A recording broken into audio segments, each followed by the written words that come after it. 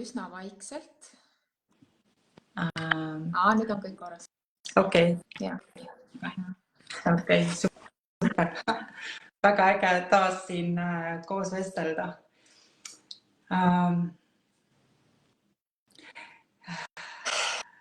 Järjekordne neljapäev on käes. Järjekordne neljapäev on käes ja ma tegelikult hõikan kohe välja, et kes iganes meid vaatab praegusel hetkel või siis hiljem järgi endale sobivas ajas, et ma olen hästi tänulik, kui sa jagad enda isiklikku kogemust, kui sul on olnud või kui sa hetkel oled näiteks mõnes kliinilises teraapias sees ja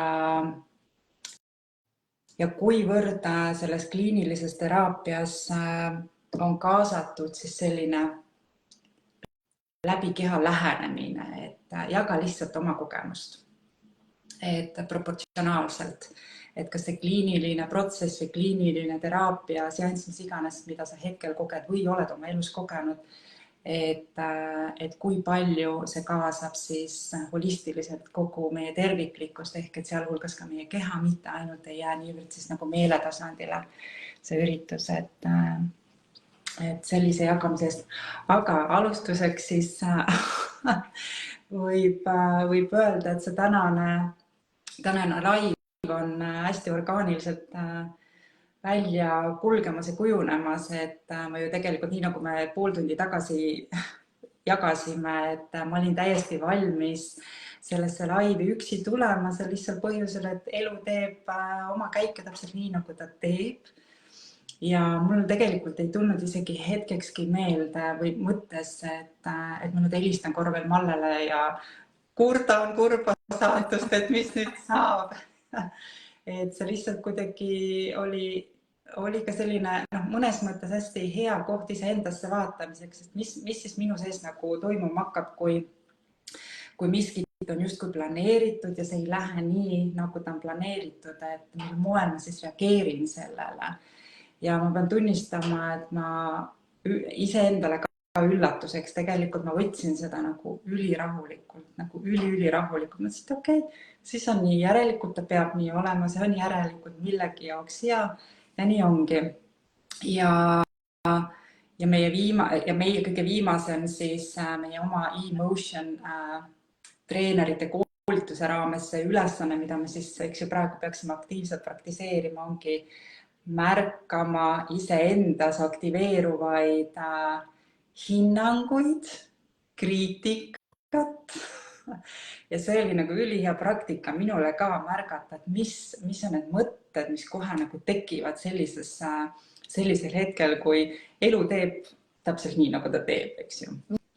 Nii et nüüd Bodana, need hinnangud ja see kriitika ja reaktsioonid, mis sinus tegelikult esile kerkisid, mida sa märkad?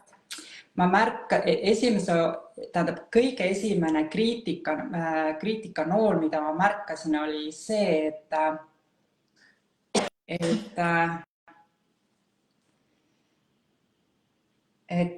sa oled a la argpüks, et sa ei julge nagu tulla nagu lihtsalt rääkima inimestega.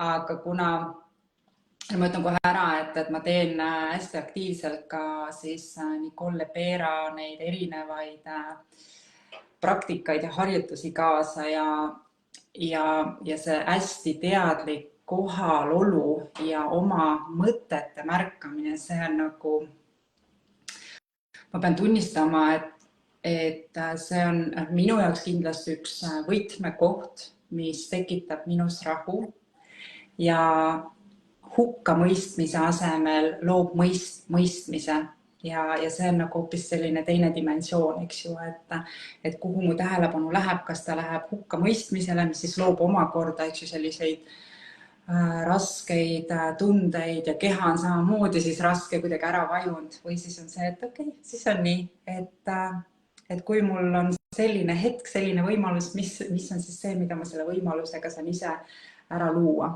Nii et, aga see oli jah esimene selline mõte, mida ma iseendas märkasin, et mis mõttes, kuradi argpüksed. Aga mida sa tegid sellega siis, sa Kuna olid ma- teadvel, sa nägid, mis edasi sai? ja kuna ma seda märkasin kohe, sest ma hästi teadlikult teen seda, neid harjutusi praegu, et ma märkan oma mõtteid, siis oligi see, et okei, et kui ma nüüd saan ümber muuta selle sama mõtte, et argpüksed sa ei julge, et noh, et miks sa ei julge nagu tulla laivi, siis ma tegin nagu selles mõttes, kuna seal oli nagu see nagu kriitikanoot kuskile teise inimese suunas, siis ma otsustasin valida kaastunde kriitika asemele. Ehk et ma tunnen nagu mitte selles suhtes, ma halvas mõttes tunnen kellelegi kaasa, et oi kui kahju, oi kui kurb, ei, aga pigem nagu selline nagu läbi südame kaastunne, et okei, et see on nii, et see on sinu otsus, see on sinu valik, see on see hetk, see on see koht, kus see otsus on tehtud, et see ongi nii. Ja see tekitab sellist, minus tekitas ta kohe sellist nagu kerguse tunnet, pehmuse tunnet, ja nii ongi. Ja mul ei ole hetkel rohkem sellist kriitikat tulnud, aga küsimus mitte ei olegi niivõrd, mis see konkreetselt on minu jaoks, et pigem see, et see hetk, kui ma seda märkan, mis ma selle märkamishetkel siis selle kriitilise osaga iseendast teen või selle kriitilise mõtlemisega iseendast teen, kas ma luban tal jätkuvalt seda mürgist elu iseenda sees elada või ma valin siis teadlikult märgata seda ja muuta või valingi mingi teise mõtte, mitte et ma ei eira seda kriitikat, aga ma valin mingi teise mõtte. Hetkel ma siis valin selle mõtte, et okei, et ma olen siis selles laivis üksinda ja teen siis seda, mis südamest tuleb. Ja siis helistas mulle pool tundi enne laivi, et kuidas sul läheb. Ma olin, sa nägid mind, ma olin enam-vähem voodis veel pikali, andsin oma peavalule veel natukene hetke rahunemist ja siis ütles, et mul on, by the way, mul on lihtsalt see pool tundi ka vaba, et kui sa tahad, siis ma tulen koos sinuga sinna laivi, nii et igal asjal on kuidagi mingi oma põhjus ja ta kulgeb täpselt omal moel, nii et kõik on alati õigesti. Kõik on alati õigesti.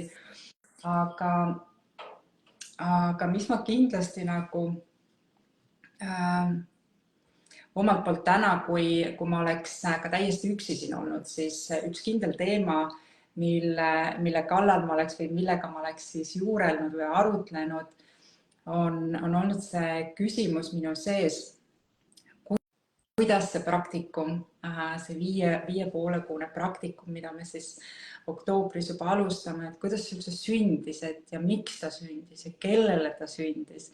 Et seda teemat ma kindlasti tahtsin avada ka nagu oma vaatevinklis, sest tegelikult on see olnud ju üliäge selline nagu kasvamise või loomeprotsess, on ju, et kui ajas nagu tagasi mõeldes, me tegelikult vist esimest korda üldse kokku tulime kas maikuus või juunikuus oma väikese meeskonnaga, kellega me siis emotion treeningud kõik koos teeme ja seal siis tegelikult oligi nagu selline, ta ei olnudki mõeldud nagu niivõrd, või oli ikkagi nagu selline brainstormi teema, et meil oli ju vaja teha siis selle koolituse raames üks koduülesanne, eks ju, igaüks siis jagas mingisuguseid oma mõtteid ja ma mäletan seda, et minu sees oli kohe see tunne, et ma mingit tunni ajast mingit asja küll tegema ei hakka, et see on liiga väike, et meil on nagu, et see, mida nagu meie oma õpetaja käe all õpime ja mida me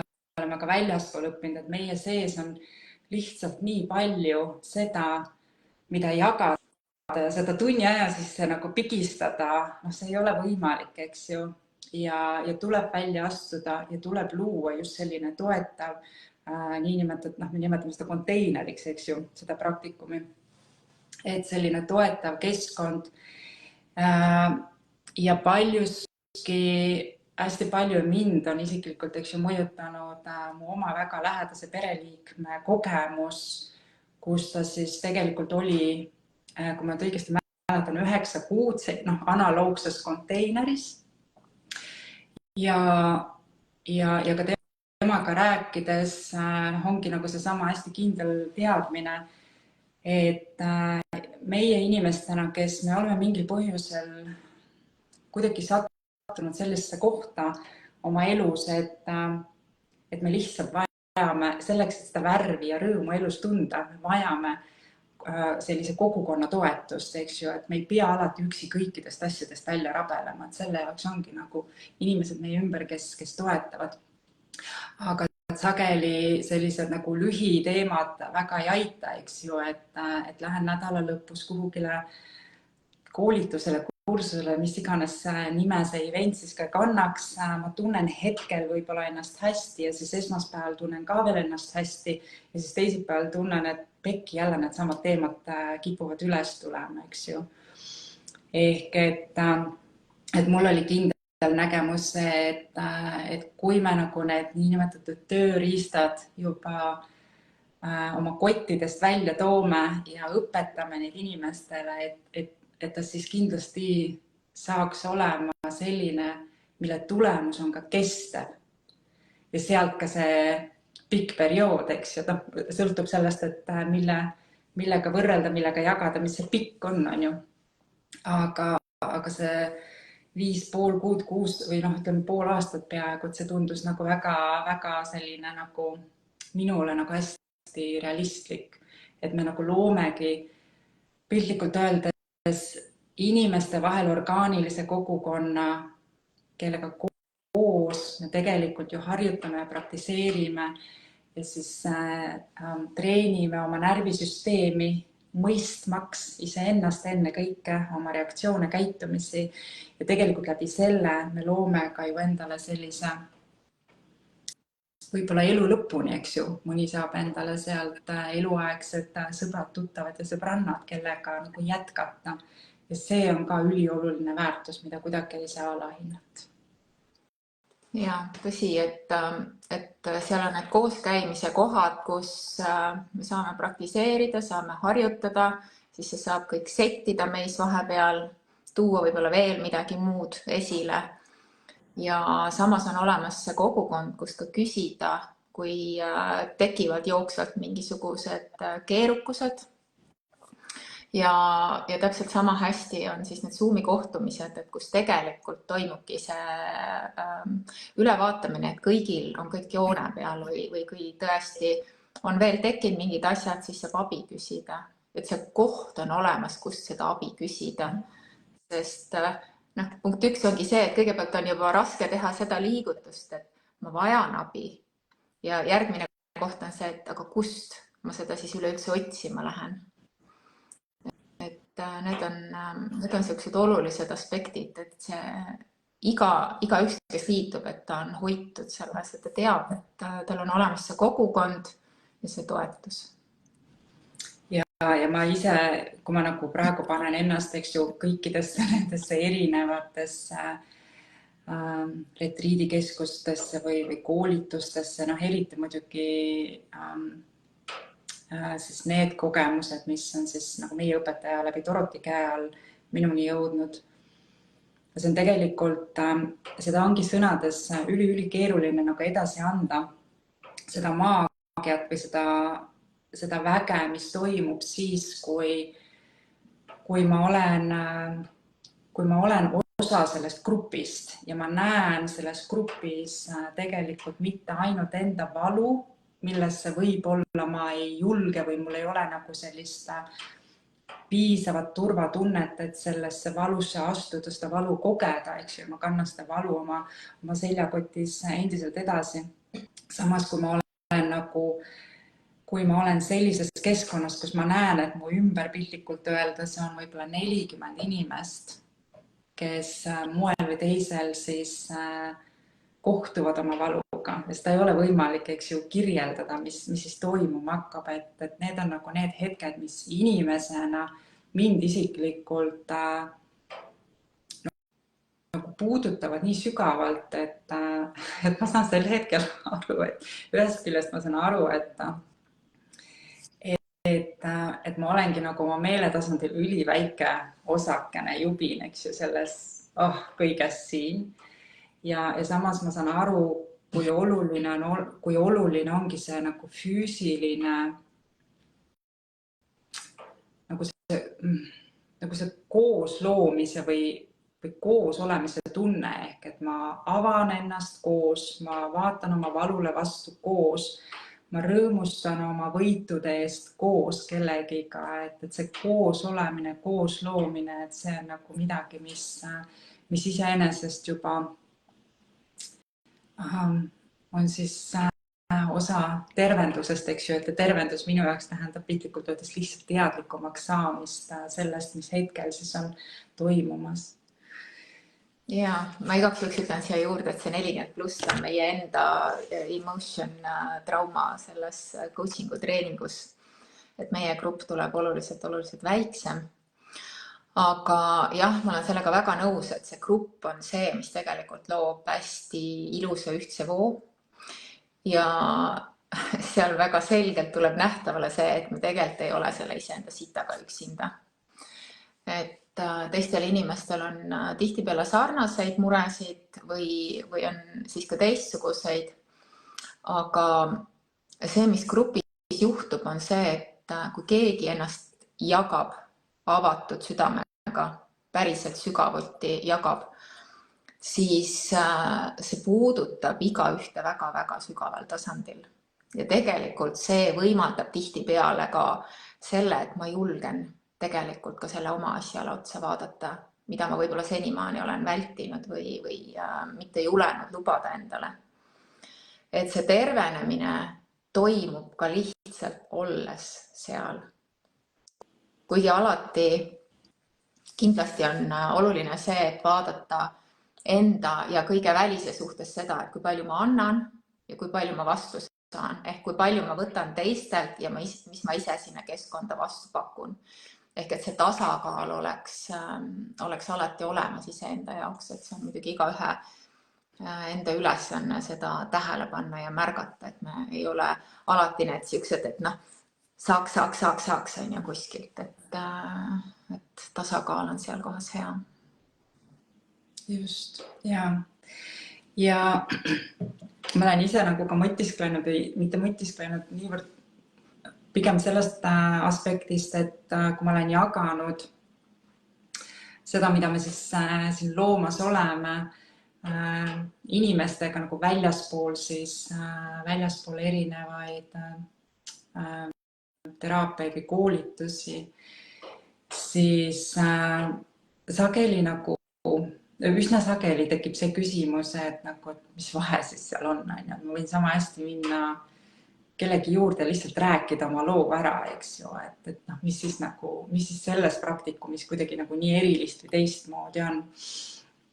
Et ses mõttes ma ise näen, et see praktikum, mida me siis praegu läbi selle poole aasta loomas oleme, on tegelikult, mulle tundub, et on selline nagu puuduv lüli just selles osas, kus meil on küll väga hästi, ma ei oska öelda, kas nüüd väga hästi, aga meil on siiski täidetud, eks ju, see koht, kus inimesel on võimalik minna niinimetatud jututeraapiasse, ükskõik millise tee ta siis valib, kas ta valib alternatiivse meditsiini valdkonnast kellegi või mingisuguse teraapiavormi või ta teeb läbi seda kliinilise meditsiini, vahet ei ole, et igal sellel meetodil on kindlasti oma nagu roll täita.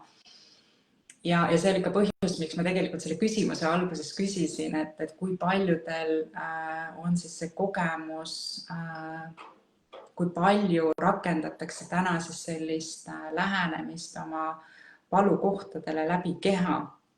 Ja see ongi nagu siis selle praktikumi üks niinimetatud keskne eesmärk, et kui mingil põhjusel see ratsionaalne aju, meie siis ratsionaalne või selline nagu ratsionaalne mõtlemine ongi välja lülitatud ükskõik mis põhjusel, siis lihtsalt küsimustega me enam ju ei jõua mitte kuhugi, sellepärast et see osa lihtsalt on välja lülitunud. Meil ei ole seda osa, kes siis annaks nendele küsimustele vastuseid. Ühel hetkel meil ei ole ju ka aktiivne enam see osa, kes üldse oleks võimeline midagi küsima, mis tähendab seda, et tulebki, aga samas eks ju keha ju reageerib kuidagi, see tähendab seda, et midagi on aktiivne, midagi kuskil toimub.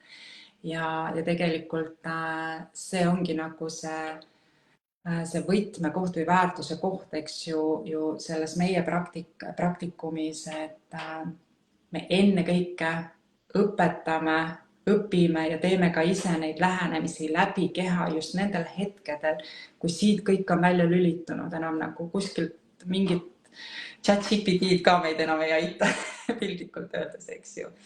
Et kuidas nagu reguleerida läbi oma keha iseenda närvisüsteemi sellele tasandile, et see analüütiline ajuosa siis taas aktiveeruks ja me saame hakata tegema ratsionaalseid lahendusi mingitele olukordadele, mitte niivõrd emotsiooni baasilt kuidagi reageerima. Nii et seda on minu käest üsna sageli küsitud ja on, et noh, mis somaatiline, et mis kehaline, et mis see siis tähendab, eks? Just. Ja ma siin ka mingi mõned päevad tagasi mõtisklesin selle üle, et mõned aastad tagasi mul tekitas täielikult arusaamatust küsimus, et või nagu üldse selline mõte, et vaata, mis su kehas toimub. Mis asja? Et ma ei saanud aru väga-väga pikka aega, et mis asja, et millest te räägite, et mis siin kehas toimub, et kuula või märka. Et see kuidagi võttis päris pikalt aega minu jaoks, et üleüldse aru saada või hakata tähele panema. Ja tõsi on see, et ma tegelikult ei osanud infot ka otsida selle kohta mitte. Et see oligi lihtsalt, mida justkui öeldi, et tuleb teha, aga kuidas see käib, mida ma selleks tegema pean või veel midagi, eks ju. See oli täiesti tume maa. Ja selle emotion trauma kehatöö koolituse käigus ongi hästi palju keskendutud siis just sellele, et me hakkaksime märkama päriselt, mis seal kehas siis toimub. Ja selleks on täiesti selged, lihtsad juhised, et kuidas seda siis teha, et kuidas ma saan selle kontakti oma kehaga tegelikult. Et see on mind hästi palju aidanud ja teinud nagu selgeks kogu selle asja, et see ei ole enam siuke mingi voodoo või udujutt, et keegi kuskil, et nii tuleb teha. Ja tegelikult on ju need sellised nagu kehalised lähenemised, eks ju, on ju olnud ju tuhandeid aastaid kasutuses, lihtsalt me inimestena oleme jõudnud nagu täna ju sinnamaani, et jah, selle sama meele tasandil me oleme teinud seda teadust, on ju, mis siis justkui paneb meid esitama mingeid küsimusi ja nendele küsimustele vastuseid leidma ja siis võrdlema millegagi ja siis sellest ongi teadus tekkinud, on ju, et tegelikult on ju see teadus täpselt sama piiratud, kui piiratud on inimese meel, ta ei saa olla laiem, eks ju, sest me küsime ikkagi selle piiratud meele tasandil.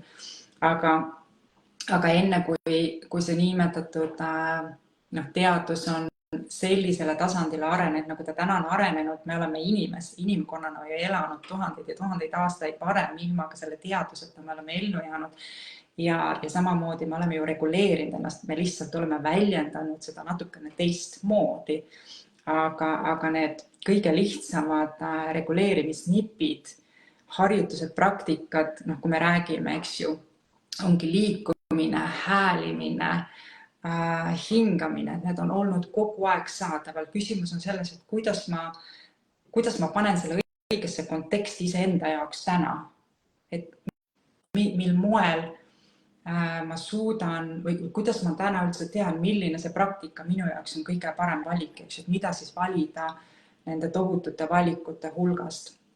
Ja tegelikult see pooleaastane programm, me tegelikult ju seal tibusammudega õpime neid lihtsaid tehnikaid, praktiseerimine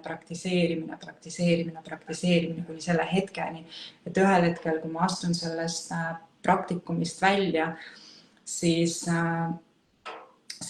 ma tean juba need hetked, kus ma võib-olla tunnen elus taaskord sellist ebakindlust, aga siis ma tean, okei, mul on see harjutus, on ju. Et ma tean, et see aitab mind sellest ebakindlusest välja või sellest hangumisest välja või sellest ärevusest välja. Et see ongi nagu see harjutamise koht, et harjutamine, praktiseerimine, see on see, mil moel tegelikult ju, eks ju, meie alateadvuse teadvus on kujunenud, eks ju, et ta ei kujune ju ühest seigast, ühest situatsioonist, vaid ikkagi jadast mingisugustest korduvatest kogemustest, nii et läbi selle praktikumi siis me somaatiliselt läheneme sellele ja püüame siis muuta ennekõike läbi märkamise. Ja et me hakkaksime välja tulema sellest lihtsalt pelgalt ellujäämise mehhanismist, mis on neid tuhandeid aastaid ja veel pikemalt, eks ju, siin nagu kehas paika pidanud ja oma kohta hoidnud. Et tegelikult ei ela enam selles ajas, kus meil oleks väga-väga vaja kogu aeg ennast elus hoida, et me tegelikult päris hästi püsime elus.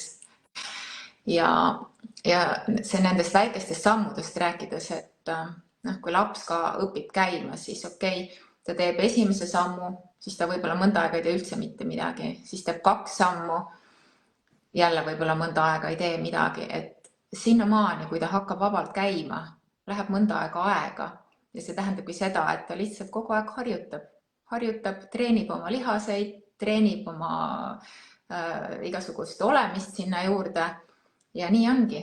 Ja kõik me oleme käima hakanud, et mitte keegi meist ei ole jäänud käpuli.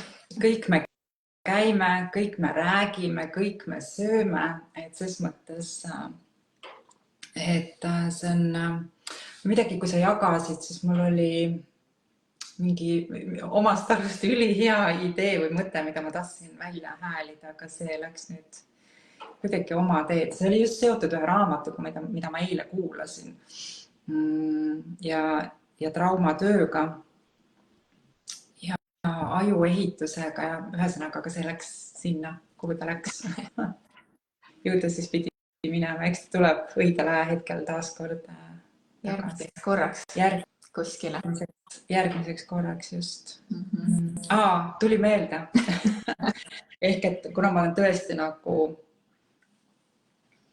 väga, enda kohta väga palju nagu just sel aastal eriti lugenud ja kuulanud väga palju, mis just nagu seda traumatööd puudutab, ehk et mõista seda, kuidas meie füsioloogia, anatoomia kõik nagu saavad seda mõjutatud ja kuivõrd on kõik see keskkond ja see niinimetatud arenguline osa, milline roll selles kõiges on.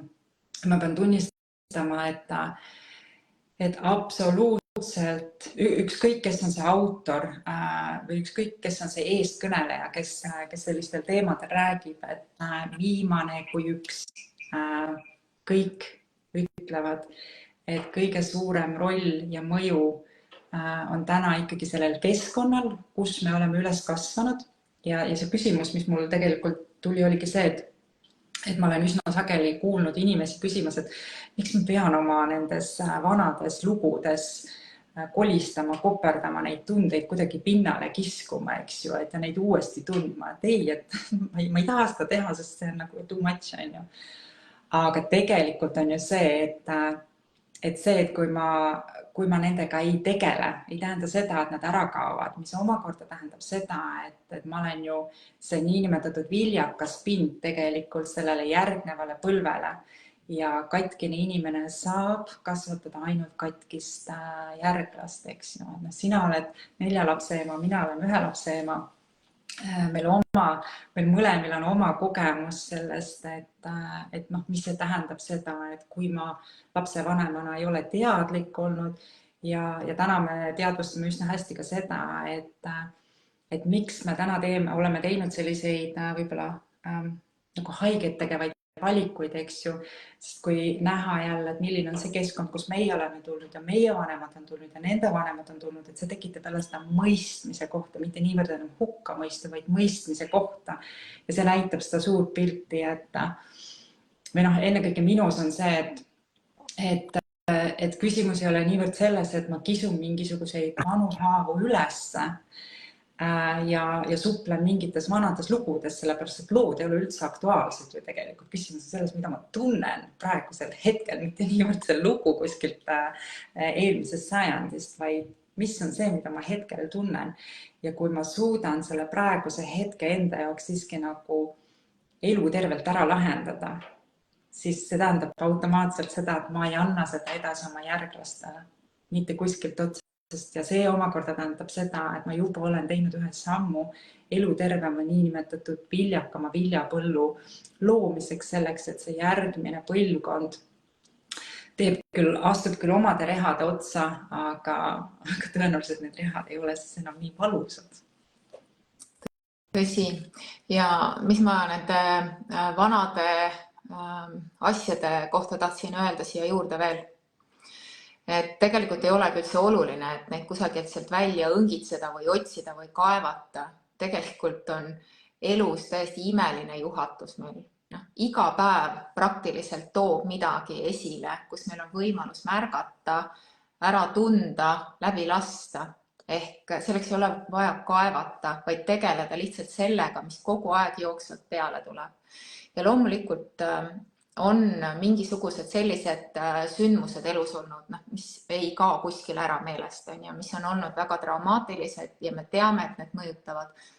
Ja kui nende puhul on see teadlikkus olemas, et need on siin kogu aeg, siis need on need, millega tegeleda lisaks juurde veel. Et see on lihtsalt selline orgaaniline protsess, orgaaniline toimumine, mitte see, et ma kusagilt meelega kaevani otsin. Et minu meelest on see natukene kuskilt selle arusaamisega viltu läinud, et on vaja kaevata või otsida. Ma kuulen seda ise ka siit ja sealt, aga see minu meelest on nagu adekvaatsusest üsna kaugel. Just, ja, et see on miskit jälle, mis on meist väljaspool. Nii et, aga jällegi, et me oleme nagu ise selle ühiskonna loojad, selle ühiskonna osad, sest ühiskond ei ole miskit eraldi objekti kuskil on ju, et me ise oleme oma sammud andnud ja samamoodi mina suuresti ju teen seda, mida ma teen ikkagi seetõttu, et ma mõistan seda, et kõik, mida ma panustan iseendasse, see on killukene sellest ühiskonnast. Ja et ühel hetkel oma sellel siis surivoodil saan ma nagu vaadata kogu sellele elu lindile või filmi lindile tagasi ja öelda, et well done. Well done. Oleks ilus lõps. Ja, just, well done.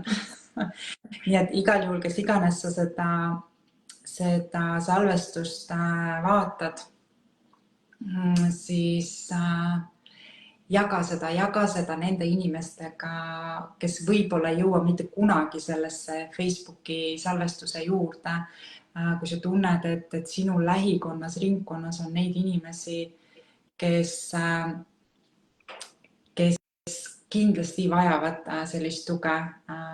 Või sina, kes sa näiteks, nagu ma alguses ütlesin, oled võib-olla käinud aastaid või isegi aastakümneid psühholoogide, psühhiaatrite vestlustel ja sa tunned, et sa oled justkui mingisugusele tasandile jõudnud, aga see on nagu selline kordus, et sa kordad ja kordad ja kordad ja kordad ennast, siis see on hea võimalus tegelikult anda endale kogeda selle sama olemasoleva teraapia kõrval veel midagi muud, ehk et kindlasti ei tasu kõike muud ära jätta, absoluutselt mitte. Sest somaatiline lähenemine, kehaline lähenemine pigem on toetav protsess, mis mitte mingilgi moel ei saa mitte kellegile kunagi haiget teha. Just, see on lihtsalt üks samm või 10 sammu või 100 sammu iseendale lähemale. Just. Nii et aitäh, armas Malle, et sa aitasid selle pooltunnikest mõnusalt sisustada ja näeme juba järgmine nädal. Imelist päeva. Imelist päeva.